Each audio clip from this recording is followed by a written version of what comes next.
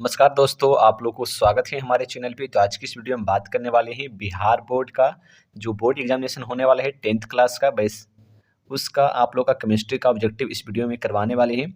तो 10th class में जो भी आप लोग का साइंस पोर्शन में केमिस्ट्री आने वाले है उसका आप लोग का चैप्टर नंबर 4 केमिस्ट्री का इस वीडियो में ऑब्जेक्टिव करवाएंगे, जिसमें कार्बन और उसके यौगिक से रिलेटेड बहुत सारे प्रश्न हैं जो आप लोगों के बोर्ड एग्जामिनेशन में पूछे जा सकते हैं। इससे पहले हमने केमिस्ट्री के 3 चैप्टर का ऑब्जेक्टिव करवा चुके हैं और फिजिक्स का सभी चैप्टर का ऑब्जेक्टिव करवा चुके हैं, जो आप लोग जाकर वीडियो देख सकते हैं चैनल पे। चलिए इस वीडियो में बात करते हैं कार्बन और उसके यौगिक के बारे में। पहला जो क्वेश्चन दिया गया है, ग्लूकोज का रासायनिक सूत्र क्या होता है?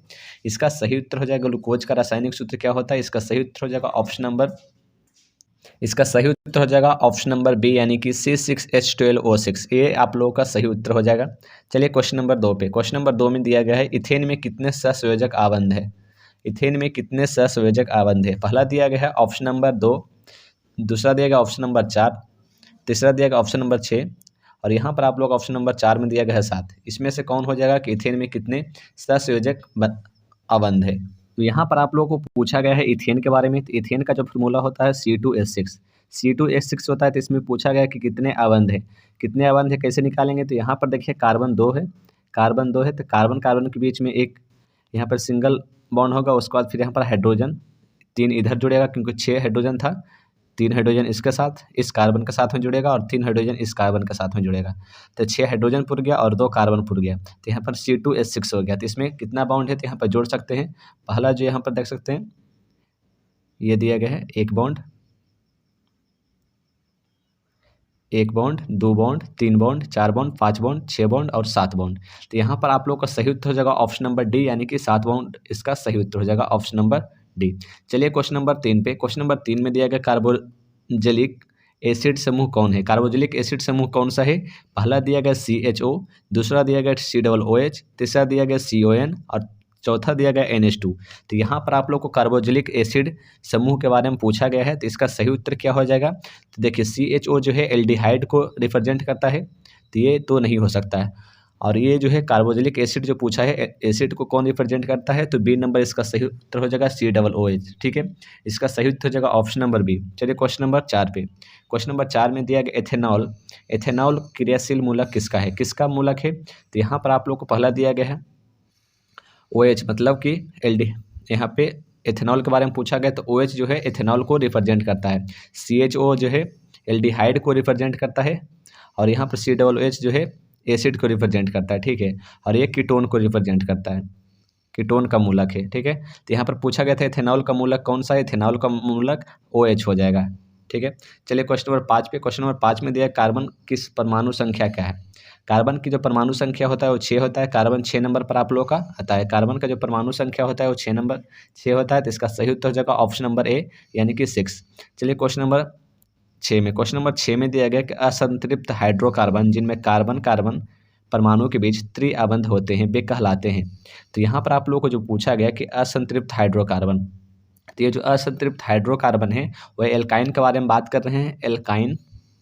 एल्काइन के बारे में बात कर रहे हैं, जिसमें कहा गया कार्बन कार्बन के बीच में त्रिआबंध यानी 3 बॉन्ड होते हैं, तो वे क्या कहलाते हैं? तो यहाँ पर पहला दिया गया एल्कीन। जैसा कि हमने बताया कि एल्काइन के बारे में बात कर रहे हैं, तो इसका सही उत्तर हो जाएगा ऑप्शन नंबर बी। ठीक है, चलिए क्वेश्चन नंबर 7 पे। क्वेश्चन नंबर 7 में क्या दिया है? कार्बनिक यौगिक में कार्बन की संयोजकता होती है। कार्बनिक यौगिक में कार्बन की संयोजकता कितनी होती है? तो यहाँ पर आप लोग को कार्बनिक यौगिक में कार्बन की संयोजकता कितना हो सकता है? तो यहाँ पर आप लोग सबसे पहले जो है यहाँ पर आप लोग को कार्बन का परमाणु संख्या जानना होगा। कार्बन का जो परमाणु संख्या है वो 6 है और इसको अगर स्टेबल करना है तो यहाँ पर देखिए 2, जब इसका आप लोग निकालिएगा तो इसको स्टेबल करने के लिए 2 हो गया, 6 हो गया। तो इसमें कोई दो कार्बन या फिर 2 हाइड्रोजन अगर कोई इसमें देगा कार्बनिक यौगिक में, तभी स्टेबल होगा। और इसका जो संयोजकता है वो कितना हो जाएगा? वो 6। तो इसका आप लोग करना क्या है? तो यहाँ पर कार्बन के बारे में पूछा है, कार्बन 6 इसका परमाणु संख्या होता है। इसमें पूछा संयोजकता कितना होगा। तो इसका जब आप लोग स्टेबल करने के लिए सोचिएगा तो यहाँ पर हो जाएगा 2, 4। ये 4 परमाणु संख्या है, इसको 4 और चाहिए या फिर ये 4 किसी को देगा। तो इसको स्टेबल करने के लिए या फिर इसको संयोजकता जो पूछा गया है वो 4 है, यानी कि ये 4 कार्बन जो है किसी के साथ जा सकता है या फिर किसी के द्वारा संयोजकता कर सकता है। तो यहाँ पर इसका सही उत्तर हो जाएगा ऑप्शन नंबर बी, इसका 4।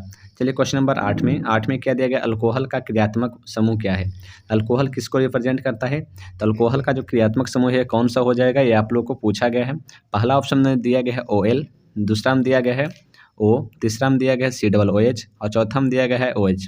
तो 8 नंबर का सही उत्तर क्या हो जाएगा, तो 8 नंबर का सही उत्तर हो जाएगा ऑप्शन नंबर डी। अल्कोहल को जो रिप्रेजेंट करता है क्रियात्मक समूह वो OH को कहा जाता है, OH को कहा जाता है। OL को यहाँ पे, O को यहाँ पे ईथर कहा जाता है, ठीक है, इसको ईथर, क्रियात्मक समूह इसको ईथर नाम देते हैं। और COOH को यहाँ पे कार्बोक्सिलिक एसिड कहा जाता है। तो यहाँ पर आप लोग का हो जाएगा ऑप्शन नंबर डी, इसका सही उत्तर 8 नंबर का। चलिए क्वेश्चन नंबर 9 में फॉर्मिक अम्ल का IUPAC नाम क्या है। फॉर्मिक एसिड का यहाँ पर IUPAC नाम पूछा गया है।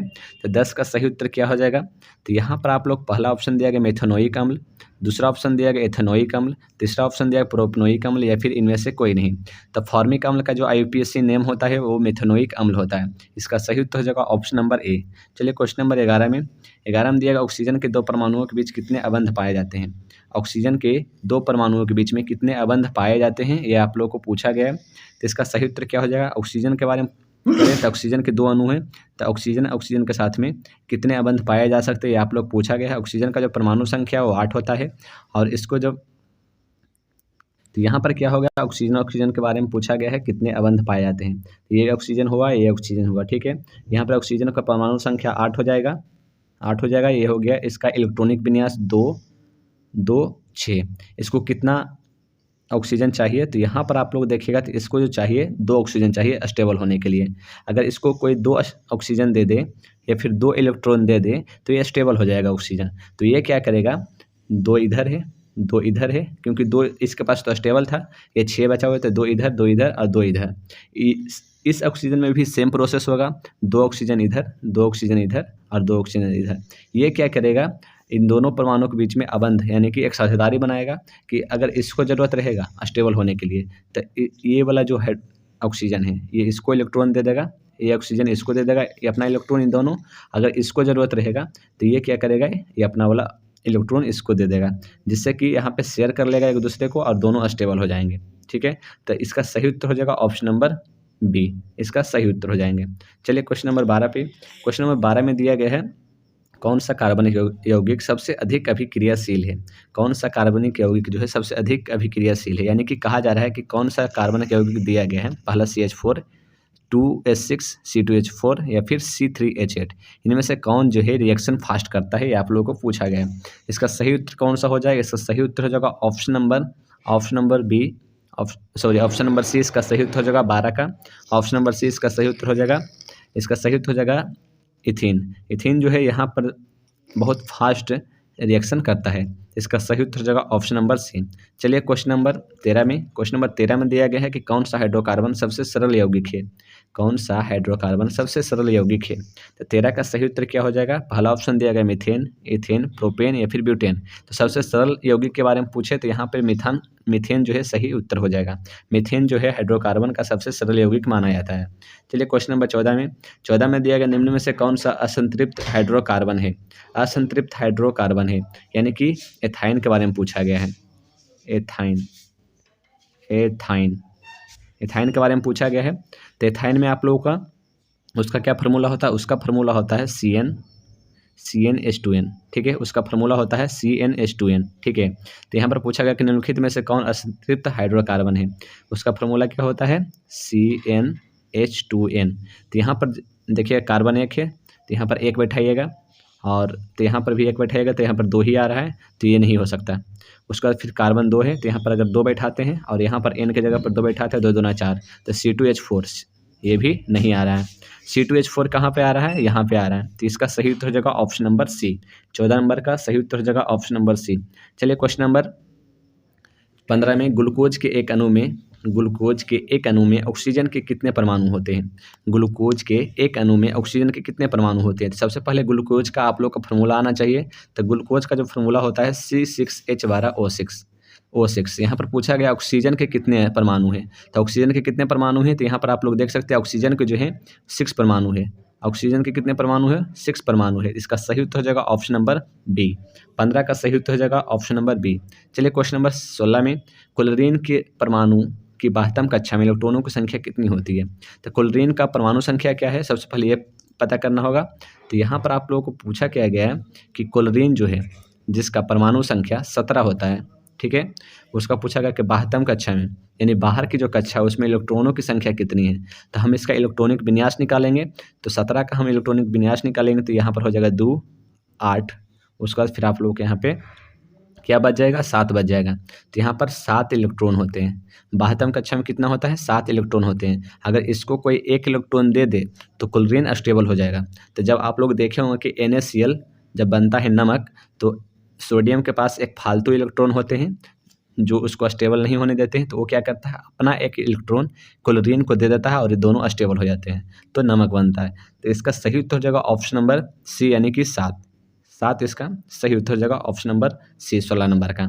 चलिए क्वेश्चन नंबर 17 में सल्फर परमाणु की बाह्यतम कक्षा में इलेक्ट्रॉनों की संख्या कितनी होती है? सल्फर के बारे में पूछा गया है। तो सल्फर परमाणु की बाह्यतम कक्षा में यानी कि सल्फर के जो परमाणु है उसका बाहर का जो कक्षा है इलेक्ट्रॉनों की संख्या पूछा गया। सल्फर का जो परमाणु संख्या है 16 होता है। सल्फर का परमाणु संख्या 16 होता है। इसमें पूछा गया कि बाहर की कक्षा में कितने इलेक्ट्रॉन हैं। तो सबसे पहले इसका क्या निकालेंगे? इलेक्ट्रॉनिक विन्यास निकालेंगे तो हो जाएगा 2 8 8 2 10 हो गया, बचा कितना? 6 बचा। यानी कि उसके बाहर के कक्षा में 6 इलेक्ट्रॉन चक्कर लगा रहे होंगे। तो इसका सही उत्तर हो जाएगा ऑप्शन नंबर सी 17 नंबर का। चलिए क्वेश्चन नंबर 18 में हाइड्रोजन के 2 परमाणुओं के बीच कितने अबंध होते हैं?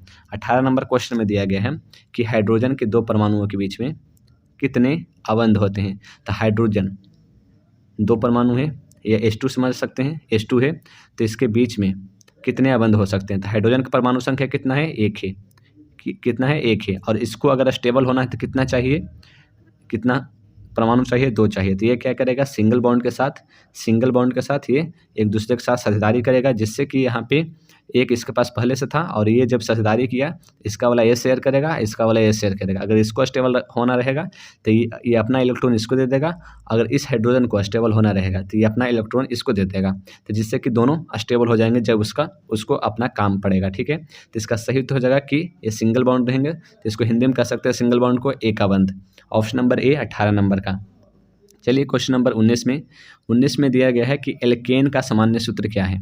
एल्केन का सामान्य सूत्र पूछा गया है। तो एल्केन का जो सामान्य सूत्र होता है एल्केन का सामान्य सूत्र होता है CN। इसका सामान्य सूत्र हो जाएगा CN।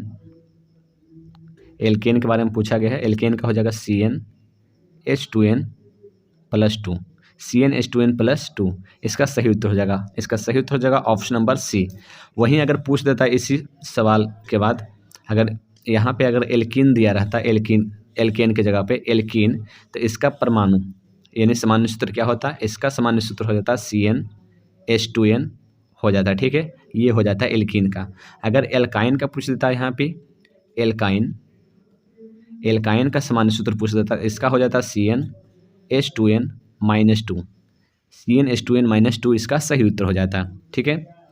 तो इसका सही उत्तर क्या हो जाएगा? एल्केन का सही उत्तर हो जाएगा ऑप्शन नंबर सी CnH2n+2।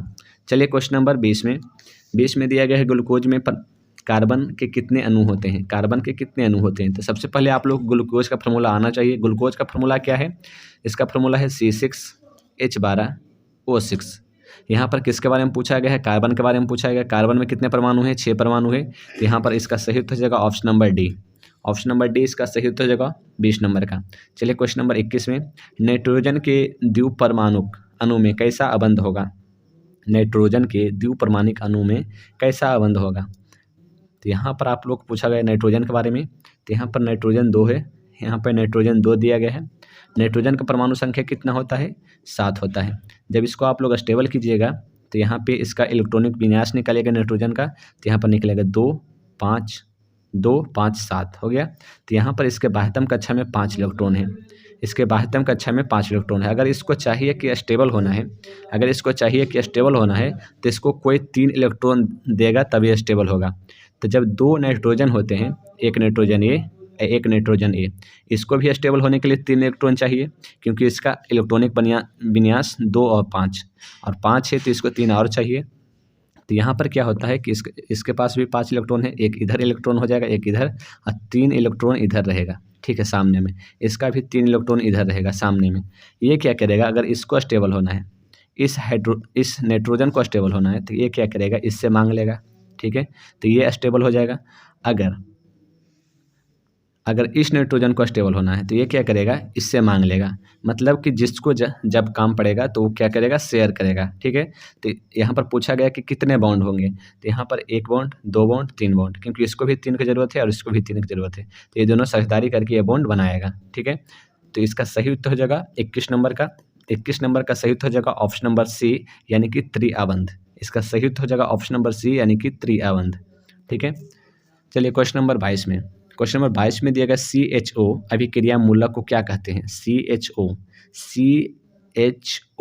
CHO जो है अभिक्रिया मूलक को क्या कहते हैं। तो पहला ऑप्शन दिया गया एल्डिहाइड, अल्कोहल, कीटोन, या फिर इनमें से कोई नहीं। इसका सही उत्तर हो जाएगा CHO का एल्डिहाइड। इसको एल्डिहाइड कहते हैं। एल्कोहल की बात करें, एल्कोहल जिसमें OH लगा रहता है उसको अल्कोहल कहते हैं, और कीटोन जिसमें O यानी कि जिसमें CO लगा रहता है, कीटोन में जिसमें CO लगा रहता है वो कीटोन कहलाता है। चलिए क्वेश्चन नंबर 23 में दिया गया एसिटिक अम्ल का IUPAC नाम क्या है। एसिटिक अम्ल का IUPAC नाम क्या है। 23 नंबर का सही उत्तर क्या हो जाएगा। तो 23 नंबर में आप लोगों को दिया गया पहला ऑप्शन एथेनोइक अम्ल, पहला ऑप्शन दिया गया एथेनोइक अम्ल, दूसरा मेथेनोइक अम्ल, प्रोपेनोन, या फिर इनमें से कोई नहीं। इसका सही उत्तर हो जाएगा एसिटिक अम्ल का IUPAC नाम एथेनोइक अम्ल इसको कहते हैं। चलिए क्वेश्चन नंबर 24 में दिया गया है कि प्रोपेन का आणविक सूत्र C2H8 है। प्रोपेन का आणविक सूत्र जो है C2H8 है। इनमें क्या पाया जाएगा। 7 सहसंयोजक अबंध, 8 सहसंयोजक अबंध, 9 सहसंयोजक अबंध, या फिर 10 सहसंयोजक अबंध, ये आप लोग को पूछा गया। तो चलिए देख लेते हैं कितने अबंध पाए जाते हैं, कितने बॉन्ड पाए जाते हैं, ये आप लोग को पूछा गया। तो यहाँ पर 2 कार्बन है, यहाँ पर कितने कार्बन है, 2 कार्बन यहाँ पर दिया गया है, 1 2, ठीक है। हाइड्रोजन कितने हैं, 8, यहाँ पे 8 हाइड्रोजन आप लोगों को दिए गए हैं। तो यहाँ पर क्या हो जाएगा, यहाँ पर जो है आप लोग को प्रोपेन दिया गया था। तो प्रोपेन जो है, प्रोपेन में 3 कार्बन होते हैं, 3 कार्बन होते हैं और 8 हाइड्रोजन होते हैं। तो इसमें 3 कार्बन हो जाएगा, कार्बन कार्बन कार्बन, ठीक है। उसमें 8 हाइड्रोजन दिया गया था, तो यहाँ हो जाएगा 8 हाइड्रोजन, 1 2 3। देखिए कार्बन को 4 चाहिए था, तो यहाँ पर स्टेबल हो जाएगा। इसको भी 4 चाहिए, तो ये भी स्टेबल हो जाएगा। एक ये हो गया, एक ये हो गया, एक ये और एक ये भी कार्बन स्टेबल हो गया। इसको भी 4 इलेक्ट्रॉन चाहिए, इसको 4 इलेक्ट्रॉन पुरा जाते हैं, इसको भी हो गया। अब देखिए हाइड्रोजन यहाँ से आप लोग जोड़ सकते हैं कि कितने हाइड्रोजन यहाँ पे पूर्ति हुआ है। 1 हाइड्रोजन, 2 हाइड्रोजन, 3 हाइड्रोजन, और 3 इसके साथ है, 3 इसके साथ है, और यहाँ पे 2 बीच में है, तो 8 हाइड्रोजन हो गया। तो C3H8 हो गया, C3H8 हो गया। अब यहाँ पर देखना है कि इसमें बॉन्ड कितना बना है। 1 bond, 2 bond, 3 bond, 4 bond, 5 bond, 6 7 8 9 और ये 10। तो यहाँ पर टोटल 10 बॉन्ड बने हैं प्रोपेन में। तो यही पूछा गया था कि सहसंयोजक अबंध कितने बनेंगे प्रोपेन में। तो यहाँ पर इसका सही उत्तर हो जाएगा ऑप्शन नंबर डी, इसका सही उत्तर हो जाएगा। चलिए क्वेश्चन नंबर 26 में दिया गया कार्बन क्या है।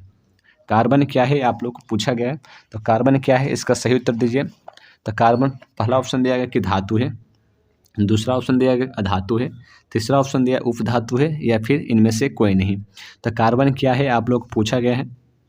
यहाँ पर हो जाएगा कार्बन क्या है, तो कार्बन इसका सही उत्तर हो जाएगा ऑप्शन नंबर बी, यानी कि अधातु है। कार्बन क्या है, अधातु है, ठीक है। चलिए क्वेश्चन नंबर 27 में। क्वेश्चन नंबर 27 में क्या दिया गया, निम्न में से कौन मुख्यतः बायोगैस है। तो बायोगैस के बारे में पूछा गया। सबसे पहला ऑप्शन दिया गया हाइड्रोजन, दूसरा ऑप्शन दिया गया CH4, तीसरा ऑप्शन दिया C2H6, या फिर C4H10।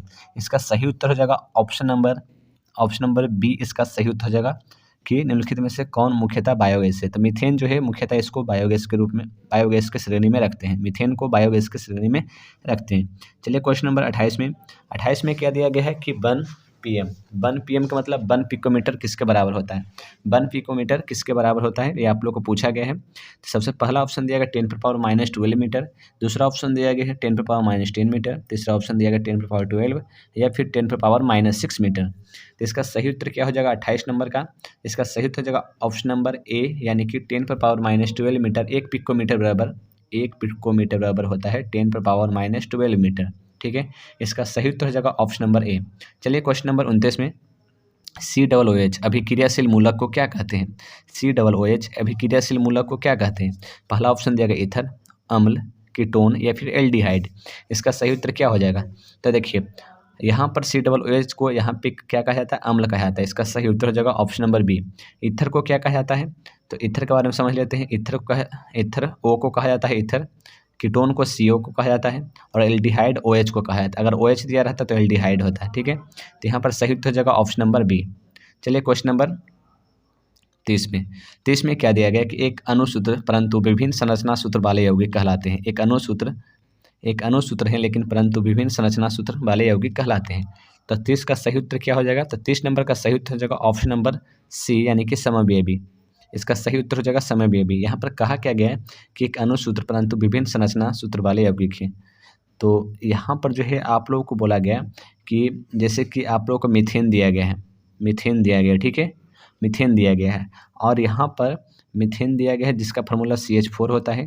ठीक है, लेकिन कहा गया है कि उसका जो संरचना सूत्र है, जब संरचना सूत्र बनाइएगा फॉर एग्जांपल CH4 का संरचना सूत्र इस प्रकार से बनेगा, इस प्रकार से आप लोगों को बनेगा CH4 का संरचना सूत्र। ठीक ना, तो यहाँ पर कहा गया कि उसका विभिन्न संरचना सूत्र बनना चाहिए। तो उस यौगिक को क्या कहते हैं? तो उस यौगिक को समव्ययी कहते हैं। मीथेन समव्ययी नहीं है। हम एग्जाम्पल दे रहे हैं कि जब इस प्रकार से बनाते हैं और अलग तरीके से आप लोग उसका संरचना बना सकते हैं, जैसे कि इथेन हो गया, प्रोपेन हो गया, ब्यूटेन हो गया, तो उसको भी आप लोग ब्यूटेन को आप लोग समव्ययी कह सकते हैं, क्योंकि ब्यूटेन का जो फार्मूला है सेम होता है, लेकिन इसको जब आप लोग अलग संरचना बनाइएगा तो ये बन जाएगा जिसका नाम आइसोब्यूटेन भी कहते हैं, लेकिन आप लोग का जो फार्मूला रहेगा वो सेम रहेगा। ठीक है, इसी को हिंदी में समव्ययी कहते हैं। ठीक है, तो 30 का सही उत्तर हो जाएगा ऑप्शन नंबर सी। चलिए क्वेश्चन नंबर 31 में दिया गया एल्काइन श्रेणी के सदस्यों का सामान्य सूत्र होता है। एल्काइन श्रेणी का यहाँ पर पूछा गया कि एल्काइन का फार्मूला पूछा गया है। इसका फार्मूला हो जाएगा CnH2n-2। इसका सही उत्तर हो जाएगा ऑप्शन नंबर डी। 31 का सही उत्तर हो जाएगा ऑप्शन नंबर डी। ठीक है, इसका सही उत्तर हो जाएगा ऑप्शन नंबर डी। उसके बाद फिर चलिए आप लोग बता देते हैं कि एल्केन का क्या हो जाएगा। एल्केन का जो फार्मूला होगा CnH2n+2। अगर यहीं पर पूछता कि एल्कीन का फार्मूला क्या होगा, एल्कीन का फार्मूला, तो इसका फार्मूला हो जाता है CnH2n। ठीक है, तो इसका सही उत्तर हो जाएगा एल्काइन का सही उत्तर हो जाएगा ऑप्शन नंबर डी। इसका सही उत्तर हो जाएगा। चलिए क्वेश्चन नंबर 32 में फ्लोरीन अप्रूव किसका है? पहला ऑप्शन दिया गया है ऑक्सीजन का, सल्फर का, कार्बन का या फिर फास्फोरस का। तो फ्लोरीन जो अप्रूव है वो कार्बन का है। 33 का सही उत्तर हो जाएगा ऑप्शन नंबर सी। कार्बन का और कौन सा अप्रूव है? ग्रेफाइट इसका अप्रूव है, ग्रेफाइट है, हीरा है, फ्लोरीन आता है। ठीक है, फ्लोरीन भी उसी में आता है। तो यहाँ पर कार्बन का अप्रूव पूछा गया था। चलिए क्वेश्चन नंबर 34 में दिया गया वायुमंडल में CO2 गैस की उपस्थिति है। तो वायुमंडल में CO2 गैस की उपस्थिति कितनी है ये आप लोग को पूछा गया है। 34 का सही उत्तर हो जाएगा ऑप्शन नंबर सी 0.03%। 0.03% जो है CO2 की उपस्थिति पाई जाती है। चलिए क्वेश्चन नंबर 35 में सरलतम हाइड्रोकार्बन कौन सा है? सरलतम हाइड्रोकार्बन, तो आप लोग को हमने पिछले क्वेश्चन में बताया था इसी वीडियो में आप लोग का कि सरलतम हाइड्रोकार्बन किसको कहते हैं। तो 35 का सही उत्तर क्या हो जाएगा? इसका सही उत्तर हो जाएगा ऑप्शन नंबर ए, मीथेन को कहा जाता है सरलतम हाइड्रोकार्बन। चलिए क्वेश्चन नंबर 36 में निम्नलिखित में कौन उपधातु है? यहाँ पर पूछा गया कि उपधातु कौन सा है। पहला दिया गया फेरस यानी कि लोहा, ये धातु है, ये नहीं हो सकता। दूसरा दिया गया कॉपर, ये भी धातु है। तीसरा दिया गया निकल, ये भी धातु है। चौथा दिया गया है एंटीमनी, इसको उपधातु के श्रेणी में रखते हैं। एंटीमनी को यहाँ पे Sb जिसको एंटीमनी कहते हैं, इसको उपधातु के श्रेणी में रखते हैं। ठीक है, तो 36 का ऑप्शन नंबर डी इसका सही उत्तर हो जाएगा। चलिए क्वेश्चन नंबर 37 में क्या दिया गया? कार्बन हाइड्रोजन से संयोग कर बनाता है। कार्बन हाइड्रोजन के साथ संयोग करके क्या बनाता है? इसका सही उत्तर हो जाएगा option number B, hydrocarbon. 37 number का ऑप्शन नंबर बी सही उत्तर हो जाएगा। चलिए क्वेश्चन नंबर 38 में क्या दिया गया है कि इथाइल अल्कोहल का अणुसूत्र होता है। इथाइल अल्कोहल का अणुसूत्र यहाँ पर पूछा गया है। तो यहाँ पर सबसे पहले तो फार्मूला समझ लेते हैं कि इथाइल अल्कोहल का फार्मूला क्या होता है। तो जब भी आप लोग इथाइल, इल जब लगा रहेगा तो इसका फार्मूला क्या होता है CnH2n -1। CnH2n -1 अल्कोहल दिया गया है तो OH लगा रहेगा, ठीक है। तो यहाँ पर OH सभी में लगा हुआ है, सभी में लगा हुआ है। अब यहाँ पर चेक कर लेते हैं कि इस फार्मूला के अनुसार कौन सा सेट खाता है। CnH2n -1 के अनुसार कौन सा यहाँ पर सेट खा रहा है। तो यहाँ पर देखिएगा, तो पहला में कार्बन 1 दिया गया है, तो यहाँ पर 1 बैठाएंगे तो कार्बन 1 होगा, और यहाँ पर N की जगह पर 1 बैठाएंगे तो 2 और -1, तो यहाँ पर 3 है, यहाँ पर 1 आ रहा है, तो ये नहीं हो सकता, पहला ऑप्शन नहीं हो सकता। दूसरा ऑप्शन में कार्बन यहाँ पर 2 दिखा रहा है, N की जगह पर हम 2 दिखाएंगे तो C2 होगा, और यहाँ पर N की जगह पर 2 अगर बैठाते हैं तो यहाँ पर 2 दूना 4 हो जाएगा, और -1 यहाँ पर बचेगा 3, यहाँ पर 5 है, तो ये भी नहीं हो सकता। अब चलिए ऑप्शन नंबर 3 पे। ऑप्शन नंबर 3 में क्या दिया गया है, कार्बन 6, कार्बन 2, तो यहाँ पर 2 बैठाएंगे और यहाँ पर भी 2 बैठाएंगे, तो यहाँ पर आ जाएगा 2 दूना 4 -3, ये भी 3 आ जाएगा, तो ये भी नहीं हो सकता। और अब आइए डी नंबर। डी नंबर में क्या दिया गया है, डी नंबर में आप लोग को दिया गया है कि अगर कार्बन यहाँ पे 2 बैठाएँ और यहाँ पर 2 दूना 4 यहाँ पर करें, तो यहाँ पर -1 करते हैं तो यहाँ पर 3 आना चाहिए, लेकिन आप लोग को कोई भी ऑप्शन में नहीं दिया गया, तो इसका सही उत्तर हम बता देते हैं कौन सा होगा। यहाँ पर इसका सही उत्तर हो जाएगा option number B. Option number B इसका सही उत्तर हो जाएगा CnH2n +1 के फार्मूला के आधार पर, ठीक है। तो इसका सही उत्तर हो जाएगा ऑप्शन नंबर बी, इसका सही उत्तर हो जाएगा। चलिए क्वेश्चन नंबर 39 में एल्काइन कौन है। एल्काइन कौन है, एल्काइन का फार्मूला क्या होता है। एल्काइन का जो फार्मूला होता है CnH2n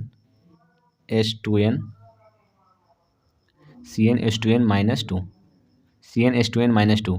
यहाँ पर कार्बन अगर 2 बैठाते हैं, यानी N की जगह पर 2 बैठाते हैं तो कार्बन 2 होगा, और 2 यहाँ बैठाते 4 होगा, और -2 घटाइएगा तो 2 ही बचेगा, तो ये तो नहीं हो सकता। 2 कार्बन बैठाते हैं तो यहाँ पर 2 दूना 4 होगा और -2 हो जाएगा, तो ये भी नहीं हो सकता। 2 कार्बन बैठाते हैं यहाँ पे तो कार्बन 2 होगा, और यहाँ पर N की जगह पर 2 बैठा 2 दूना 4 होगा, -2 तो 2 बचेगा, तो यहाँ पर C2H2 हो जाएगा। तो एल्काइन का जो फार्मूला यहाँ पर सेट खा रहा है वो ऑप्शन नंबर सी के आधार पे। चलिए क्वेश्चन नंबर 40 में कि CO क्रियाशील मूलक क्या है। तो CO किसके बारे में बताए थे कि किसका क्रियाशील मूलक होता है, तो कीटोन का होता है। कीटोन का जो क्रियाशील मूलक होता है CO होता है, ठीक है। एल्कोहल का पूछ दे तो OH होता है, ईथर का पूछ दे तो O होता है, और एल्डिहाइड का पूछ दे तो CHO होता है, CHO होता है। चलिए क्वेश्चन नंबर 41 में इथीन के एक अणु में कार्बन के 2 परमाणुओं के बीच अवंध की संख्या क्या है। इथीन के बारे में पूछा गया, तो इथीन के बारे में समझ लेते हैं। इथीन का फार्मूला क्या होता है, इथीन का फार्मूला होता है CnH2n, ठीक है, ये होता है। इथीन के बारे में पूछा गया, यानी कि N की संख्या 2 है, तो N की संख्या 2 बैठाएंगे और यहाँ पर 2 बैठाएंगे तो C2H4 हो जाएगा, C2H4 हो जाएगा, ठीक है। यहाँ पे इथीन दिया गया है, यानी कि कार्बन कार्बन के बीच में डबल बॉन्ड होंगे। अगर कार्बन कार्बन के बीच में यहाँ पे कार्बन के बीच में डबल बॉन्ड है, और यहाँ पर हाइड्रोजन कितना आया था, C2H4 में हाइड्रोजन 4 आया था, एक हाइड्रोजन इसके पास। कार्बन को चाहिए कितना, कार्बन को चाहिए यहाँ पे, कार्बन को 4 इलेक्ट्रॉन चाहिए, तो यहाँ पर 2 हाइड्रोजन यहाँ बैठाएंगे, 2 हाइड्रोजन यहाँ बैठा देंगे, और 2 यहाँ बैठाएंगे, 2 यहाँ बैठाएंगे, ठीक है। तो 4 हाइड्रोजन हो गया, 2 कार्बन भी हो गया, स्टेबल हो गया। तो यही पूछा गया था कि इथीन के परमाणुओं के बीच में कितने अवंध की संख्या है। अवंध यानी कि ये बॉन्ड के बारे में पूछा गया है, जिससे कार्बन और हाइड्रोजन के बीच में बॉन्ड बना है, कार्बन कार्बन के बीच में बॉन्ड बना है, तो कितने संख्या है इसकी। तो 41 का सही उत्तर क्या हो जाएगा, तो इसका सही उत्तर हो जाएगा 1 2 3 4। तो इसका सही उत्तर हो जाएगा ऑप्शन नंबर डी, ठीक है। ऑप्शन नंबर डी इसका सही उत्तर हो जाएगा। चलिए क्वेश्चन नंबर 42 में चीनी का रासायनिक सूत्र क्या होता है। चीनी का रासायनिक सूत्र क्या होता है। पहला ऑप्शन दिया गया है CH12O6, ये क्या है, एक ग्लूकोज का रासायनिक सूत्र है, ठीक है। तो 42 का पहला ऑप्शन दिया गया है ग्लूकोज का रासायनिक सूत्र दिया गया है। दूसरा जो दिया गया है दूसरा जो दिया गया एसिड के बारे में दिया गया है। तीसरा जो दिया गया है ये आप लोग का सही उत्तर हो जाएगा C12H22O11। C12H22O11 जो है चीनी का रासायनिक सूत्र होता है। तो चीनी का रासायनिक सूत्र क्या हो जाएगा, चीनी का रासायनिक सूत्र हो जाएगा ऑप्शन नंबर सी। चलिए क्वेश्चन नंबर 43 में दिया गया COOH अभिक्रियाशील मूलक को क्या कहते हैं। तो COOH अभिक्रियाशील मूलक को क्या कहते हैं, इसको अम्ल कहते हैं। कीटोन के बारे में बात करें तो इसका अभिक्रियाशील मूलक क्या है, इसका अभिक्रियाशील मूलक CO है। इसका ईथर की बात करें तो ईथर का O होता है, और एल्डिहाइड की बात करें तो एल्डिहाइड का OH होता है, ठीक है। और यहाँ पर COOH के बारे में पूछा गया तो इसका सही उत्तर हो जाएगा ऑप्शन नंबर सी, यानी कि अम्ल। चलिए क्वेश्चन नंबर 44 में चलिए क्वेश्चन नंबर 44 में, क्वेश्चन नंबर 44 में क्या दिया गया, N2 अणु में नाइट्रोजन परमाणुओं के बीच में कितने सहसंयोजक आबंध होते हैं। ये आप लोग को पूछा गया कि N2 के बीच में कितने नाइट्रोजन परमाणुओं के सहसंयोजक आबंध होते हैं। तो जब भी N2 के सबसे पहले तो आप लोग को इसका परमाणु संख्या क्या है ये आप लोग को पता करना होगा। तो नाइट्रोजन का जो परमाणु संख्या होता है वो 7 होता है। जब भी आप इसका इलेक्ट्रॉनिक विन्यास निकालिएगा तो यहाँ पर अलग कीजिएगा तो 2 और 5, 5 यहाँ पर आ गया, यानी कि 72 कक्षा में इसका 5 इलेक्ट्रॉन है नाइट्रोजन का। 5 इलेक्ट्रॉन का मतलब क्या हुआ कि इसको 3 इलेक्ट्रॉन चाहिए, इसको क्या चाहिए, 3 इलेक्ट्रॉन चाहिए।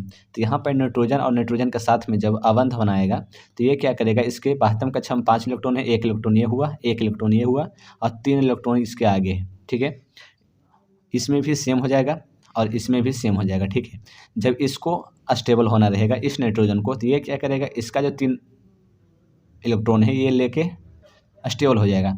और जब इसको स्टेबल होना रहेगा तो ये क्या करेगा, इसके साथ इसका 3 इलेक्ट्रॉन जो है लेकर स्टेबल हो जाएगा। तो ये हो गया, ये 3 बॉन्ड बना लेगा एक दूसरे के बीच में। तो वही पूछा गया कि कितने आबंध होते हैं, यानी कितने बॉन्ड होते हैं। तो यहाँ पर हो जाएगा ऑप्शन नंबर सी, यानी कि 3 बॉन्ड एक दूसरे के बीच में बनाते हैं।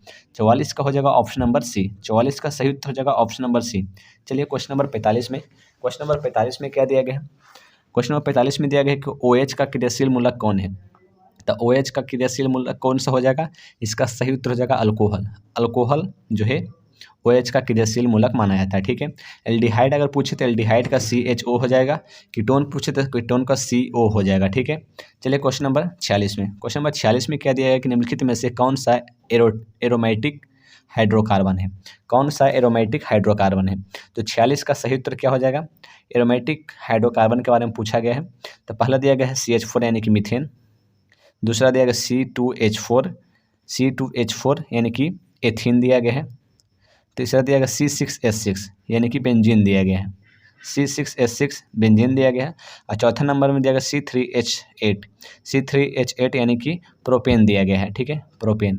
यहाँ पर पूछा क्या है, एरोमेटिक हाइड्रोकार्बन। तो जो बेंजीन होते हैं उसी को एरोमेटिक हाइड्रोकार्बन कहा जाता है। ठीक है, इसका सही उत्तर हो जाएगा ऑप्शन नंबर सी, C6H6। चलिए क्वेश्चन नंबर 47 में, क्वेश्चन नंबर 47 में क्या दिया गया है कि इथाइल अल्कोहल, जो इथाइल अल्कोहल है का व्यापारिक उत्पादन किस रासायनिक क्रिया द्वारा किया जाता है। इथाइल अल्कोहल का व्यापारिक उत्पादन किस रासायनिक द्वारा किया जाता है। पहला दिया किण्वन, ऑक्सीकरण, अवकरण या फिर इनमें से कोई नहीं। तो 47 का सही उत्तर हो जाएगा ऑप्शन नंबर ए यानी कि किण्वन। तो इसका उत्पादन जो है इथाइल अल्कोहल का व्यापारिक उत्पादन किस माध्यम से किया जाता है, किण्वन के द्वारा किया जाता है। तो आप लोग जानते हैं कि जो इथाइल अल्कोहल है ये क्या शराब में पाया जाता है, शराब में पाया जाता है। और आप लोगों ने देखा होगा कि गाँव में क्या करते हैं, मीठा को रात भर उसमें पानी में घोल कर फूलने के लिए देते हैं, यानी कि किण्वन होने देते हैं। उसमें क्या होता है, बहुत सारा बैक्टीरिया लग जाते हैं, रात भर में किण्वन होते हैं। उसके बाद उसका क्या जाता है, उससे शराब निकाला जाता है बाष्पीकरण के द्वारा। तो पहले किण्वन किया जाता है इथाइल अल्कोहल बनाने के लिए। तो इसका व्यापारिक उत्पादन किस रासायनिक क्रिया द्वारा होगा, किण्वन के द्वारा। ठीक है, तो इसका सही उत्तर हो जाएगा option number A. Question number 48 में क्या दिया गया, एसिटिलीन में कितने सहसंयोजक बंधन होते हैं। एसिटिलीन में कितने, एसिड में कितने सहसंयोजक बंधन होते हैं, ये आप लोग को पूछा गया है। तो पहला ऑप्शन दिया गया 2, तीसरा ऑप्शन दिया गया 3, चौथा ऑप्शन दिया गया 5 या फिर 7। एसिटिलीन में जो है 3 आबंध होते हैं, 3 बॉन्ड पाए जाते हैं एसिटिलीन में। तो इसका सही उत्तर हो जाएगा 48 नंबर का ऑप्शन नंबर बी, 48 का सही उत्तर हो जाएगा ऑप्शन नंबर बी। चलिए क्वेश्चन नंबर 49 में दिया गया बेंजीन का अनुसूत्र क्या है। तो बेंजीन का अनुसूत्र हमने अभी आप लोगों को बताया कि इसका जो अनुसूत्र होता है C6H6 इसका सही उत्तर हो जाएगा। चलिए क्वेश्चन नंबर 50 में दिया गया कि CHH किसका सामान्य सूत्र है। यहाँ पर देखिए, यहाँ पर कुछ गलत लिखा गया, CHH नहीं हो सकता, यहाँ पर या तो CHO होगा, यही हो सकता है। ठीक है, इसका तो क्या हो जाएगा, एल्केन का, एल्काइन का, फिर इथाइल का CHH, या फिर ये हो सकता है CH2 दिया गया हो, ये भी हो सकता है। ठीक है, तो यहाँ पर क्या हो जाएगा, एल्केन का अगर कार्बन 1 रखें, अगर एल्केन का फॉर्मूला होता है CnH2n+2, एल्केन का फार्मूला होता है। तो कार्बन 1 रखें तो यहाँ पर 1 2 2 4 आ जाएगा, तो ये तो नहीं हो सकता। एल्कीन का बात करें तो एल्कीन का जो फार्मूला होता है CnH2n, कार्बन अगर 1 रखें तो यहाँ पर कार्बन हाइड्रोजन 2 हो जाएगा, यानी कि एल्कीन के बारे में पूछा गया था। CHH नहीं है, CH2 यहाँ पे लिखना चाहिए। यहाँ पे गलत टाइपिंग हो गया, CH2 लिखा हुआ है, ठीक है। तो इसका सही उत्तर हो जाएगा ऑप्शन नंबर बी 50 नंबर का। चलिए क्वेश्चन नंबर 51 में, इथिलीन में कार्बन कार्बन के बीच में 2 अवंध मौजूद हैं जिनमें इथिलीन में कार्बन कार्बन के बीच में, तो इथिलीन में कार्बन कार्बन के बीच में क्या हुआ है, 2 बॉन्ड मौजूद है। तो उसमें कहा गया है कि एक में सिग्मा है, एक में पाई अवंध है, दोनों सिग्मा है, दोनों सिग्मा अवंध है, दोनों इलेक्ट्रोवायलेंट अवंध है। तो इसका सही उत्तर हो जाएगा, एक में सिग्मा होता है, दूसरा में पाई होता है। जब भी आप लोग का सिंगल बॉन्ड होता है उसमें सिर्फ सिग्मा ही होता है, और डबल बॉन्ड आता है, डबल बॉन्ड तो एक में सिग्मा होता है, एक में पाई होता है। अगर ट्रिपल बॉन्ड आएगा तो एक में सिग्मा रहेगा और 2 में पाई रहेगा, 2 में पाई रहेगा। तो यहाँ पर क्या पूछा गया है कि इथिलीन में, तो इथिलीन में क्या होता है, तो इथिलीन में डबल बॉन्ड होते हैं, तो एक में सिग्मा होगा और एक में पाई होगा। तो इसका सही उत्तर हो जाएगा ऑप्शन नंबर ए, यानी कि एक सिग्मा एक पाई अवंध होते हैं एक कामन का। चलिए क्वेश्चन नंबर 52 में क्या दिया गया है कि मीथेन में कितने सहसंयोजक बंधन होते हैं। मीथेन के बारे में पूछा गया है, इसका फार्मूला होता है CH4 इसका सही उत्तर फार्मूला होता है। इसका जब आप लोग निकालिएगा तो इसका हो जाएगा CH तो यहाँ पर कितने बॉन्ड यहाँ पर सहसंयोजक बंधन है, 1 है, 2 है, 3 है, 4 है।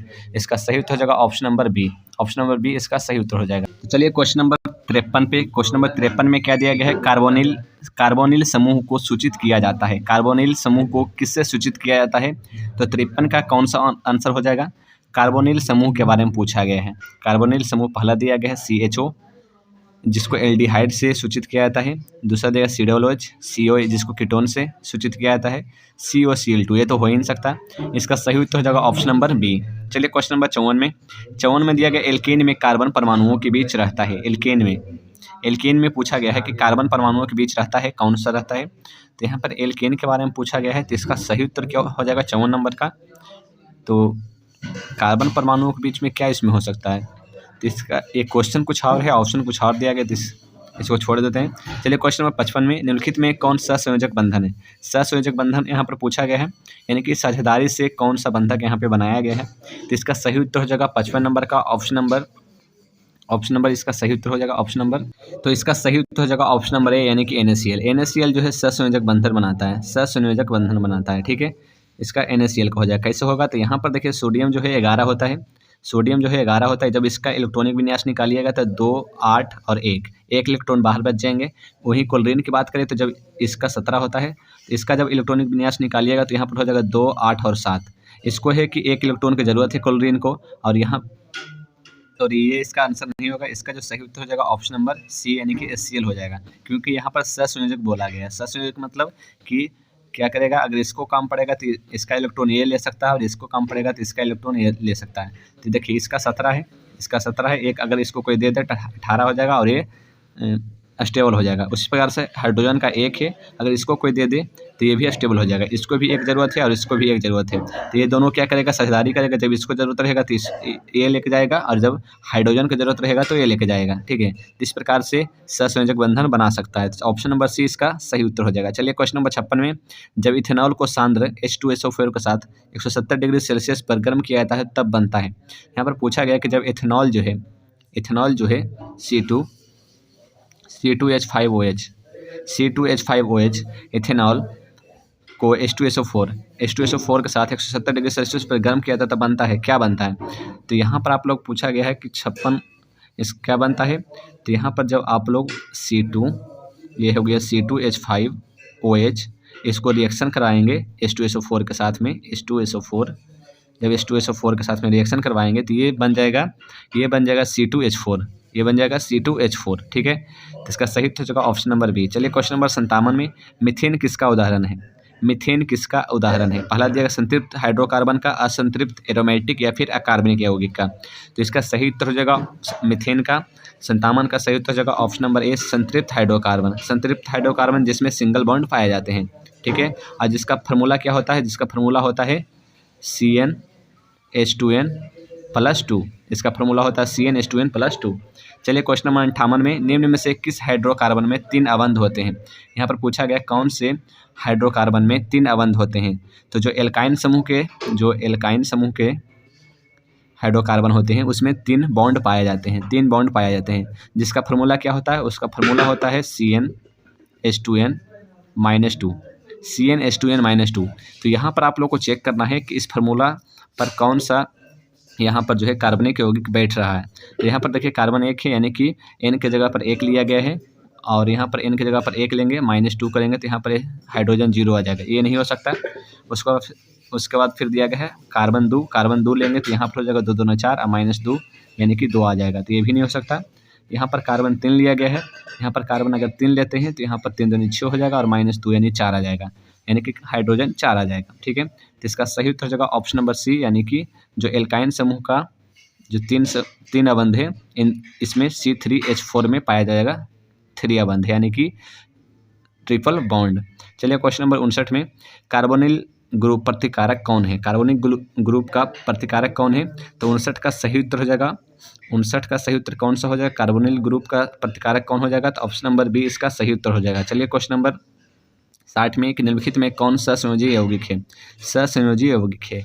60 का सही उत्तर क्या हो जाएगा, पहला दिया गया है ससंयोजिक यौगिक है, CH4 NaCl CaCl2 Na2O2। इसका सही उत्तर हो जाएगा ऑप्शन नंबर ए CH4 कैसे हो जाएगा, तो यहाँ पर देखिए जब CH4 को जब इसका इस प्रकार से बनाते हैं तो आप लोगों ने देखा होगा कि कार्बन यहाँ पर 6 है, कार्बन 6 है, अगर इसको स्टेबल होना है तो 2 4, इसको 4 इलेक्ट्रॉन चाहिए, तो ये क्या करता है, इससे एक मांगता है, एक हाइड्रोजन इससे मांगता है, इस हाइड्रोजन से मांगता है और इस हाइड्रोजन से मांगता है, 4 इलेक्ट्रॉन इसको मिलते हैं और ये स्टेबल हो जाता है। उसी प्रकार से जब हाइड्रोजन की जरूरत रहता है तो कार्बन से मांगते हैं, यानी कि साझेदारी पे ये सहसंयोजी हुआ। सहसंयोजी का मतलब क्या हुआ, साझेदारी कि कार्बन और हाइड्रोजन एक दूसरे से साझेदारी किया है और उसके बाद फिर ये रिएक्शन हुआ। ठीक है, तो इसका सही हो जाएगा ऑप्शन नंबर ए। चलिए क्वेश्चन नंबर 61 में निम्नलिखित में कौन युग्म समव्ययी है, कौन सा युग्म जो है समव्ययी है। समव्ययी का मतलब क्या है कि फार्मूला, समव्ययी का मतलब ये हुआ कि जो फार्मूला जो है वो सेम है, फार्मूला जो है सेम है, लेकिन उसका बनाने का जो तरीका है, वो अलग अलग है। जैसे यहाँ पर देखिए कार्बन भी 2 है, इसमें भी कार्बन 2 है, उसी प्रकार से यहाँ पर हाइड्रोजन 5 है, इसमें क्या हो जाएगा, इसमें भी हाइड्रोजन 5 हो जाएगा। ठीक, सॉरी, इसमें हाइड्रोजन 6 है और इसमें भी हाइड्रोजन 6 है, 3 और 3 6। उसी प्रकार से यहाँ पर ऑक्सीजन 1 है और इसमें भी ऑक्सीजन 1 है। तो ये जो है समव्ययी है, क्योंकि इसमें सभी चीज़ें सेम है, लेकिन इसका जब अनुसूत्र का इसका जो फिगर बनेगा ये डिफरेंट रहेगा। चलिए क्वेश्चन नंबर 62 में क्या दिया है कि इथेन का आणविक सूत्र होता है। इथेन का आणविक सूत्र C2H6 है, इसमें कितने सहसंयोजक अबंध पाए जाएंगे। सबसे पहले तो इथेन का फार्मूला क्या होता है, इथेन का फार्मूला होता है CnH2n+2। यहाँ पर कार्बन 2 C2 की जगह पर, यानी कि n के बराबर 2 है, तो 2 यहाँ पर रखेंगे और यहाँ पर हो जाएगा H की जगह पर H2 × 2+2 यहाँ पर, यानी कि ये इथेन है। ठीक है, तो यहाँ से पता चल गया कि ये इथेन है।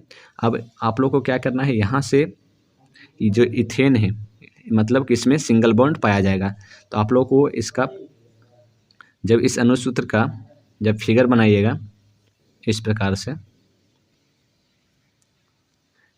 से, तो यहाँ पर देखिए क्या हो जाएगा, कितने बॉन्ड बने हैं, तो यहाँ पर 1 2 3 4 5 6 7, तो यहाँ पर 7 संयोजी अबंध यानी कि बॉन्ड बने हैं। इसका सही उत्तर हो जाएगा ऑप्शन नंबर बी 62 नंबर का। चलिए क्वेश्चन नंबर 63 में क्या दिया गया, सबसे कठोर पदार्थ है।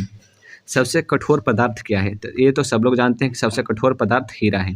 तो 63 का सही उत्तर हो जाएगा ऑप्शन नंबर डी। चलिए क्वेश्चन नंबर 64 में क्या दिया गया, हाइड्रोकार्बन कौन है। हाइड्रोकार्बन कौन है, तो हाइड्रोकार्बन कौन है, तो पहला दिया गया है H2O, दूसरा दिया गया C6H12O6, तीसरा दिया गया CO2 या फिर HNO3। तो 64 का सही उत्तर हो जाएगा ऑप्शन नंबर बी C6H12O6। इसका सही उत्तर हो जाएगा हाइड्रोकार्बन है, जिसमें कार्बन और हाइड्रोजन पाए जाते हैं, वो हाइड्रोकार्बन कहलाते हैं। चलिए क्वेश्चन नंबर 65 में दिया गया एल्केन का सामान्य सूत्र क्या है। एल्केन का सामान्य सूत्र हमने आप लोग को बताया क्या होता है, CnH2n+2 एल्केन का सामान्य सूत्र है। वहीं अगर पूछे कि एल्कीन का, अगर इसके जगह पर पूछ देता है एल्कीन का सामान्य सूत्र, एल्कीन का इसका हो जाता है CnH2n। अगर यहीं पर एल्काइन का पूछ देता तो यहाँ पर -2 लगा देते, तो यहाँ पर एल्काइन का सामान्य सूत्र हो जाता है। लेकिन यहाँ पर पूछा क्या गया है, एल्केन का, तो एल्केन का हो जाएगा CnH2n+2। चलिए क्वेश्चन नंबर 66 में दिया गया कार्बनिक यौगिकों का आवश्यक तत्व है। कार्बनिक यौगिकों का आवश्यक तत्व क्या है, तो यहाँ पर कार्बनिक यौगिकों का आवश्यक जो तत्व है वो क्या हो जाएंगे, तो 66 नंबर का सही उत्तर क्या हो जाएगा, option number A. Option number A यानी कि कार्बन, क्योंकि कार्बनिक यौगिक में कार्बन होना जरूरी है, तो इसका सही उत्तर हो जाएगा ऑप्शन नंबर ए। चलिए 67 नंबर प्रश्न में निम्नलिखित में कौन विद्युत संयोजी यौगिक है, विद्युत संयोजी यौगिक है, तो 67 का सही उत्तर हो जाएगा option number C, NaCl। NaCl जो है विद्युत संयोजी यौगिक बनाते हैं। चलिए क्वेश्चन नंबर 68 में कार्बनिक यौगिकों का आवश्यक तत्व क्या है, तो ये अभी हमने आप लोग को बताया, तो इसका सही उत्तर हो जाएगा ऑप्शन नंबर ए यानी कि कार्बन। चलिए क्वेश्चन नंबर 69 में, तो यहाँ पर 69 नंबर में पूछा गया है कि निम्नलिखित में कौन आयनिक यौगिक है। आयनिक यौगिक कौन सा है, पहला दिया गया है NaCl, सॉरी इसका सही उत्तर हो जाएगा ऑप्शन नंबर डी यानी कि NaCl। NaCl जो है ये आयनिक यौगिक बनाते हैं। कैसे बनाते हैं, तो यहाँ पर जब NaCl का जब यहाँ पे बनाया जाता है तो यहाँ पर प्लस आएगा और यहाँ पर माइनस आएगा, इसी की वजह से यहाँ पर क्या कहा जाता है कि ये आयनिक यौगिक है। चलिए क्वेश्चन नंबर 70 में दिया, गैस जल में घुलकर कौन सा अम्ल बनाती है। गैस जो है जल में घुलकर, तो कोई भी गैस जैसे कि CO2 मान लेते हैं प्लस H2O, ये जो है घुलकर कौन सा अम्ल बना सकती है, ये आप लोग को पूछा गया है। 70 का सही उत्तर क्या हो जाएगा, 70 का सही उत्तर क्या हो जाएगा, तो यहाँ पर कार्बोनिक अम्ल बनाते हैं, कार्बोनिक अम्ल बनाते हैं, क्योंकि गैस मान लीजिए CO2 है और यहाँ पर कार्बन है, अब प्लस O है, ये कार्बोनिक अम्ल बना देंगे। चलिए क्वेश्चन नंबर 71 में दिया गया बेटोनोन चतुर कार्बन यौगिक है जिसका पर्यायत्मक समूह है। तो 71 का सही उत्तर क्या हो जाएगा, 71 का सही उत्तर हो जाएगा ऑप्शन नंबर सी यानी कि कीटोन। यहाँ पर कीटोन, यहाँ पर नोन दिया गया है बेटोनोन दिया गया, यानी कि इसका जो फार्मूला होगा C3, इसका फार्मूला हो जाएगा C3H6 और CO, यहाँ पे इसका फार्मूला हो जाएगा। तो इसका सही उत्तर हो जाएगा ऑप्शन नंबर सी यानी कि कीटोन। तो इसका सही उत्तर क्या हो जाएगा, ऑप्शन नंबर सी यानी कि कीटोन। चलिए क्वेश्चन नंबर 72 में क्या दिया गया, कौन सा हाइड्रोकार्बन कमरे के ताप पर ठोस होता है। यहाँ पर पूछा गया है कि कौन सा जो हाइड्रोकार्बन है वो कमरे के ताप पर, कमरे का ताप क्या होता है, कमरे का ताप जो है सामान्यतः 27 डिग्री माना जाता है, 27 डिग्री सेल्सियस माना जाता है। तो यहाँ पर पूछा गया है कि कौन सा हाइड्रोकार्बन कमरे के ताप पे जो है ठोस होता है। तो 72 का सही उत्तर हो जाएगा, 72 का ऑप्शन नंबर डी C20H42 इसका सही उत्तर हो जाएगा। ठीक है। चलिए क्वेश्चन नंबर 73 में क्या दिया गया कि जब इथेनॉल को सांद्र H2SO4 के साथ गर्म किया जाता है तो तब क्या बनता है। जब इथेनॉल क्या हो जाएगा, तो इथेनॉल जो हो जाएगा C2H5OH हो जाएगा प्लस H2SO4 के साथ में गर्म करने पर, मतलब रिएक्शन करने पर क्या बनेगा, ये आप लोगों को पूछा गया है। 73 का सही उत्तर हो जाएगा ऑप्शन नंबर ए, ये बनेगा C2H4 इसका सही उत्तर हो जाएगा। कैसे होगा, जब इसको गर्म कीजिएगा तो क्या होगा, C2H4 बनेगा, 2 कार्बन यहाँ पर चला आया, 4 हाइड्रोजन भी यहाँ पर चला आएगा, 1 हाइड्रोजन यहाँ से बचा, 1 हाइड्रोजन यहाँ से बचा और ये H2O बना लेगा। ठीक है, गर्म होने के बाद H2O बनाएगा, H2O भाप के ऊपर पानी के रूप में या फिर वाष्प के रूप में उड़ेगा, H2SO4 के साथ गर्म किया गया है तो H2SO4 अलग हो जाएगा, तो यहाँ पर क्या बचेगा, C2H4 यहाँ पे हो जाएगा। इसका सही उत्तर होगा ऑप्शन नंबर ए। ठीक है। चलिए क्वेश्चन नंबर 74 में कैल्शियम कार्बाइड जल के साथ अभिक्रिया करके देता है। कैल्शियम कार्बाइड, यहाँ पर पूछा गया कि कैल्शियम कार्बाइड जो है जल के साथ अभिक्रिया करके क्या देता है, तो 75 का सही उत्तर हो जाएगा ऑप्शन नंबर डी यानी कि एथाइन देता है। चलिए क्वेश्चन नंबर 76 में क्या दे, निम्न में से किसके जल अपघटन से मीथेन बनता है। किसके जल अपघटन से मीथेन बनता है। यहाँ पर बोला गया कि H2O यानी जल अपघटन से मीथेन बनता है, तो यहाँ पर पूछा गया है, तो आप लोगों का क्षेत्र का सही उत्तर हो जाएगा ऑप्शन नंबर बी, Al4C3 के अपघटन के द्वारा, जल के साथ अपघटन के द्वारा यहाँ पे मीथेन बनता है। ठीक है। चलिए क्वेश्चन नंबर 77 में निम्न में से कौन सी धातु वेल्डिंग में प्रयुक्त होता है। पहला ऑप्शन दिया गया एथिलीन, एथेन, ब्यूटेन, एसिटिलीन। 77 का सही उत्तर हो जाएगा ऑप्शन नंबर डी, एसिटिलीन। चलिए क्वेश्चन नंबर 78 में क्या दिया गया है कि विचरित यानी डिफ्यूज सूर्य के प्रकाश में मीथेन क्लोरीन के अधिक अभिक्रिया करके देता है। यानी कि सूर्य के प्रकाश में मीथेन जो है क्लोरीन के साथ यानी CH4 जो है क्लोरीन के साथ अभिक्रिया करके क्या देता है, किसके, सूर्य के प्रकाश में। ठीक है, सूर्य के प्रकाश से कोई मतलब नहीं बनता है। यहाँ पर पूछा गया है इन दोनों में रिएक्शन करवाएंगे तो क्या बनेगा। ठीक है, तो इन दोनों में जब रिएक्शन करवाएंगे तो क्या बनेगा, तो इन दोनों में रिएक्शन करवाने से बन जाएगा, तो ये दोनों में जब रिएक्शन करवाइएगा तो यहाँ पर बनेगा C, और यहाँ पर Cl है क्लोरीन, तो यहाँ पर बनेगा CCl4, और यहाँ पर हाइड्रोजन बाहर निकल जाएगा, हाइड्रोजन गैस के रूप में बाहर निकल जाएगा, तो यहाँ पर बनेगा CCl4, इसका सही उत्तर हो जाएगा ऑप्शन नंबर बी, इसका सही उत्तर हो जाएगा। चलिए क्वेश्चन नंबर 79 में, एल्कोहल बनाने में शर्करा का किण्वन किसकी क्रिया द्वारा होता है। एल्कोहल बनाने में यानी कि दारू या कह सकते हैं शराब बनाने में किण्वन जो होता है तो किसके क्रिया के द्वारा होता है, ये आप लोग को पूछा गया है। तो 79 का सही उत्तर क्या हो जाएगा, एंजाइम, ऑक्सीजन, वायु या फिर कार्बन डाइऑक्साइड। तो एंजाइम के द्वारा होता है शर्करा का किण्वन। ठीक है, चलिए क्वेश्चन नंबर 80 में, ओलेइक या एस्टरिक या पामेटिक अम्ल, ओलोइक, एस्टरिक या फिर पामेटिक अम्ल जो है, ये जो है यहाँ पे पूछा गया क्या है, न्यूक्लिक अम्ल, एमिनो अम्ल, बसीय अम्ल या फिर इनमें से कोई नहीं। ये तीनों जो है बसीय अम्ल होते हैं। इसका सही उत्तर हो जाएगा ऑप्शन नंबर सी, यानी कि 80 नंबर का। चलिए क्वेश्चन नंबर 81 में, निम्नलिखित में से मीथेन किसका उदाहरण है। मीथेन किसका उदाहरण है, तो मीथेन का फॉर्मूला क्या होता है, CH4। ये किसका है, ये एल्काइन समूह का, एल्केन समूह का, एल्केन। तो एल्केन समूह में कितना बॉन्ड पाया जाता है, एक बॉन्ड पाया जाता है, और जिसमें एक बॉन्ड पाया जाता है उसको क्या कहते हैं, संतृप्त हाइड्रोकार्बन कहा जाता है। तो इसका 81 का सही उत्तर हो जाएगा ऑप्शन नंबर ए। चलिए क्वेश्चन नंबर 82 में, दिया गया हीरे में कार्बन के परमाणुओं को बांधे रखने वाले कौन से बंध हैं। पहला दिया गया है आयनिक, दूसरा दिया गया सहसंयोजी, द्विध्रुवीय, बाइंडर वाल्स। तो इस 82 का सही उत्तर क्या हो जाएगा, ऑप्शन नंबर बी, सहसंयोजी बंध होते हैं। जो हीरे होते हैं उसमें कार्बन की जो परमाणु एक दूसरे से बंधे होते हैं उसे सहसंयोजी बंधक कहते हैं। चलिए 83 नंबर क्वेश्चन, संतृप्त का वसा स्वास्थ्य के लिए कैसे होते हैं। संतृप्त वसा स्वास्थ्य के लिए कैसे होते हैं। तो 83 का सही उत्तर क्या हो जाएगा, इसका सही उत्तर हो जाएगा 83 नंबर का, हानिकारक होते हैं। संतृप्त वसा जो है स्वास्थ्य के लिए हानिकारक होते हैं। चलिए क्वेश्चन नंबर 84 में, प्रथम कार्बनिक यौगिक यूरिया का संश्लेषण किसने किया था। यानी यूरिया जो है किसने प्रयोगशाला में बनाया था, यूरिया जो है किसने प्रयोगशाला में बनाया था, ये आप लोग पूछा गया है। या फिर संश्लेषण वही हुआ कि आप लोग कार्बनिक यौगिक, पहले क्या था कि कार्बनिक यौगिक को कोई नहीं बना सकता ये बोला गया था, लेकिन कार्बनिक यौगिक को बनाया गया तो किसके द्वारा बनाया गया, ये आप लोग को पूछा गया है। ठीक है, ये आप लोग को पूछा गया है। तो इसका सही उत्तर क्या हो जाएगा, बोहलर। इसका सही उत्तर बोहलर के द्वारा, बोहलर। इसका सही उत्तर हो जाएगा बोहलर। सही उत्तर क्या हो जाएगा, बोहलर, ऑप्शन नंबर बी। और ये किसका चेला था, बर्जिलियस का चेला था। बर्जिलियस ने कहा था कि कोई भी कार्बनिक यौगिक जो है प्रयोगशाला में नहीं बनाया जा सकता, लेकिन इसका जो चेला था बोहलर, उसने क्या किया, यूरिया को प्रयोगशाला में बनाकर दिखाया। ठीक है, तो यही पूछा गया, प्रथम कार्बनिक यौगिक यूरिया का संश्लेषण किसने किया था, बोहलर ने किया था। इसका ऑप्शन नंबर बी हो जाएगा, बोहलर ऐसे लिखाएगा, बोहलर इसका ऐसे लिखाएगा। ठीक है, चलिए क्वेश्चन नंबर 85 में, जीवन शक्ति के सिद्धांत का प्रतिपादन किसने किया था। तो जीवन शक्ति का सिद्धांत का प्रतिपादन किसने किया था, ये आप लोग को पूछा गया। पहला दिया गया है बर्जिलियस ने, लहवाजे ने, बोहर ने या फिर कोल्बे ने। इसका सही उत्तर हो जाएगा ऑप्शन नंबर ए, बर्जिलियस ने जीवन शक्ति का सिद्धांत का प्रतिपादन किया था। 86 नंबर प्रश्न पर चलिए, प्रयोगशाला में संश्लेषित पहला कार्बनिक यौगिक कौन सा है। प्रयोगशाला में संश्लेषित पहला कार्बनिक यौगिक कौन है। तो 86 का सही उत्तर क्या हो जाएगा, CH4, CH3, COH3, NH2, CONH2 और यहाँ पर CH3, COOH। तो प्रयोगशाला में संश्लेषित पहला कार्बनिक यौगिक, हमने अभी आप लोग बताया कि जो बर्जिलियस है उसने कहा था कि कार्बनिक यौगिक नहीं बनाया जा सकता, लेकिन उसका जो चेला बोहलर था उसने बनाकर दिखाया था, वो क्या था, यूरिया।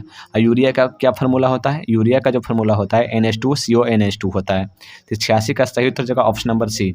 चलिए क्वेश्चन नंबर 87 में, कार्बनिक यौगिकों में तत्वों के संयोग का आधार होता है।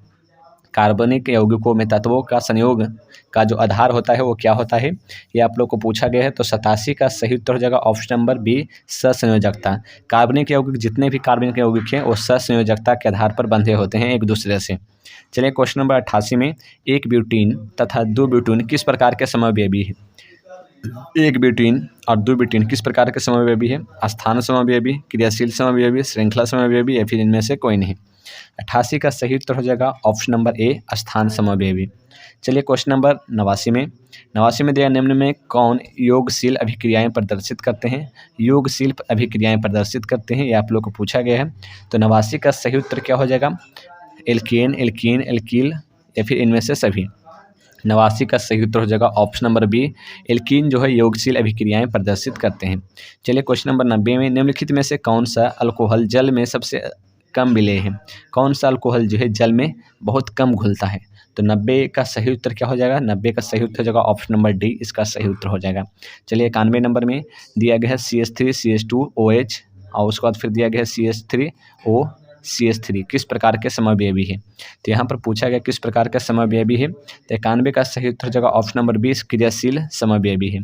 चलिए क्वेश्चन नंबर 92 में C16 क्या होते हैं?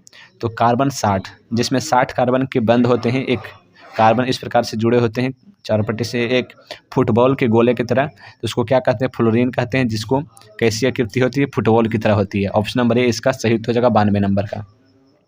93 में क्या दिया गया है कि आयोडीन को निम्न में से किस द्रव में घोलने से टिंचर आयोडीन बनता है? आयोडीन है, उसको किस द्रव में घोलने से टिंचर आयोडीन बनता है, ये आप लोगों को पूछा गया है।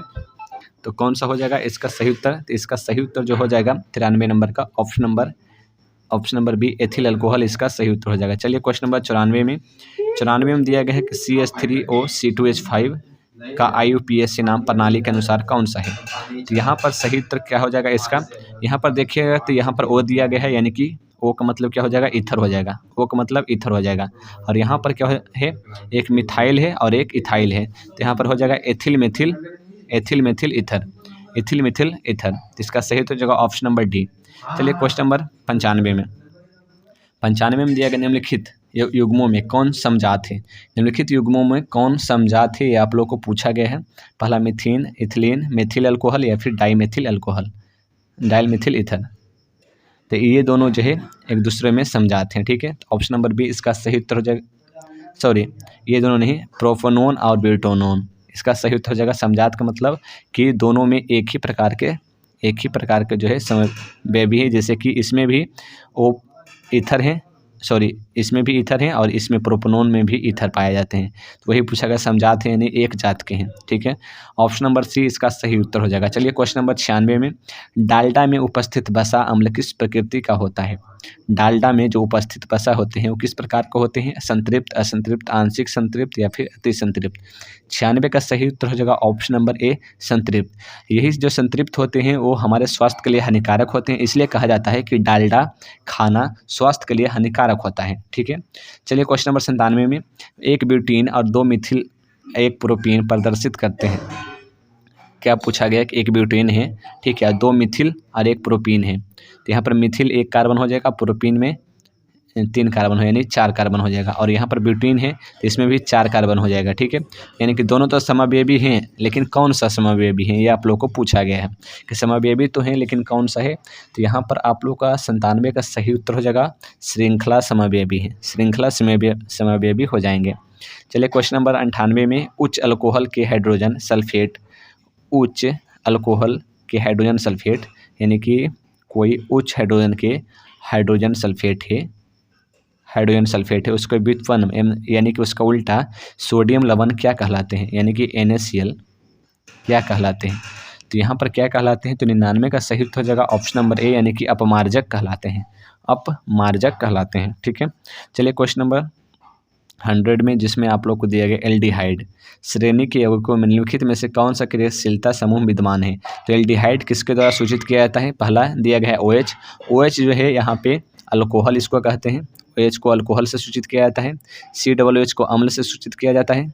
तीसरा CHO जो है इसको एल्डिहाइड से सूचित किया जाता है। 100 नंबर का सही उत्तर हो जाएगा ऑप्शन नंबर सी, ठीक है। चलिए क्वेश्चन नंबर 101 में दिया, कार्बोक्जिलिक अम्ल के साथ अभिक्रिया करके एस्टर बनाने वाला यौगिक कौन सा है? कार्बोक्जिलिक अम्ल के साथ अभिक्रिया करके एस्टर बनाने वाला यौगिक कौन है? 101 का सही उत्तर हो जाएगा ऑप्शन नंबर बी, यानी कि अल्कोहल। इसका सही उत्तर हो जाएगा ऑप्शन नंबर बी, यानी कि अल्कोहल। चलिए क्वेश्चन नंबर 102 में, इथेनॉल को निम्नलिखित में से किस ऑक्सीकारक के साथ गर्म कर एथेनोइक अम्ल बनाया जा सकता है? इथेनॉल यहाँ पर बोला गया है तो इथेनॉल हो जाएगा C2H5OH, ये इथेनॉल हो जाएगा। किस ऑक्सीकारक के साथ गर्म करके एथेनोइक अम्ल बनाया जाता है, ये आप लोग पूछा गया है, यानी कि CH3COOH बनाया जाता है, ये आप लोग को कहा गया है। तो किसके साथ करके, तो 102 का सही उत्तर हो जाएगा ऑप्शन नंबर सी, यानी कि ए और बी दोनों, यानी कि एक तो क्षारीय या फिर अम्लीय, इन दोनों के साथ अभिक्रिया करके बनाया जा सकता है। चलिए क्वेश्चन नंबर 103 में एथीन को जब CCl4 के उपस्थिति में Br2 के साथ अभिक्रित यानी कि रासायनिक अभिक्रिया की जाती है तब कौन सा यौगिक बनता है, ये आप लोग को पूछा गया। 103 का सही उत्तर हो जाएगा 1,2 डाइब्रोमेथेन, इसका सही उत्तर हो जाएगा। चलिए क्वेश्चन नंबर 104 में IUPAC प्रणाली द्वारा एसिटिलीन श्रेणी के यौगिकों का नामकरण करते समय संगत वाले एल्केन के नाम से एन एलुगलन हटाकर जोड़ा जाता है, तो यहाँ पर इसका सही उत्तर क्या हो जाएगा, तो एन किस में जोड़ा जाता है ये आप लोग को पूछा गया है। तो 104 का सही उत्तर हो जाएगा ऑप्शन नंबर बी, ठीक है, आयन में। क्वेश्चन नंबर 105 में चलिए कि एक कार्बनिक यौगिक एक की अभिक्रिया NaHCO3 के संतृप्त जलीय घोल से कराने पर फड़फड़ाहट के साथ CO2 गैस मुक्त होती है, निम्न में से एक कौन सा यौगिक है। तो यहाँ पर कहा गया एक कार्बनिक यौगिक है, ठीक है, उसको इसके साथ अभिक्रिया कराया जाता है NaHCO3 के साथ में घोल कराने पर फड़फड़ाहट के साथ CO2 गैस मुक्त होती है, CO2 गैस निकलती है, तो यहाँ पर निम्न से कौन सा यौगिक है ये आप लोगों को पूछा गया है। 105 का सही उत्तर हो जाएगा, 105 का सही उत्तर हो जाएगा ऑप्शन नंबर सी, यानी कि एथेनोइक अम्ल। एथेनोइक अम्ल इसका सही उत्तर हो जाएगा ऑप्शन नंबर सी। चलिए क्वेश्चन नंबर 106 में निम्नलिखित में कौन समव्ययी है, कौन समव्ययी है। 106 का सही उत्तर हो जाएगा ऑप्शन नंबर सी, यानी कि एसीटोन और एसिटिल्डिहाइड। चलिए क्वेश्चन नंबर 107 में दिया कार्बनिक यौगिकों में निम्नलिखित में से कौन से गुण पाए जाते हैं, कार्बनिक यौगिकों में निम्नलिखित में से कौन से गुण पाए जाते हैं। तो 107 का सही उत्तर हो जाएगा option number D, option number D इसका सही उत्तर हो जाएगा। चलिए क्वेश्चन नंबर 108 में कार्बन एक अनूठा परमाणु है क्योंकि, कार्बन एक अनूठा परमाणु क्यों है, तो 108 का सही उत्तर हो जाएगा कि कार्बन अन्य दूसरे कार्बन से जुड़कर लंबी श्रृंखला बनाते हैं, ये भी सही है। कार्बन के यौगिकों की संख्या सर्वाधिक है, सही है। जंतु और वनस्पति जगत में कार्बनिक यौगिक मुख्यतः कार्बन के बने होते हैं, ये भी सही है। तो इसका सही उत्तर हो जाएगा ऑप्शन नंबर डी, यानी कि ऑल ऑफ द एबव, इसका सही उत्तर हो जाएगा। तो आज हमने आप लोग को केमिस्ट्री के चैप्टर नंबर 4 से रिलेटेड जो भी बिहार बोर्ड में ऑब्जेक्टिव के आप लोग का साइंस 10th बोर्ड में पूछे जा सकते हैं वो सभी हम आप लोगों को बता दिए हैं, जो आप लोगों को इस चैप्टर से पूछे जा सकते हैं। नेक्स्ट वीडियो में आप लोग का चैप्टर नंबर 5 जो केमिस्ट्री का है उससे रिलेटेड जो भी वीडियो हो सकते हैं आप लोगों को बता देंगे। धन्यवाद।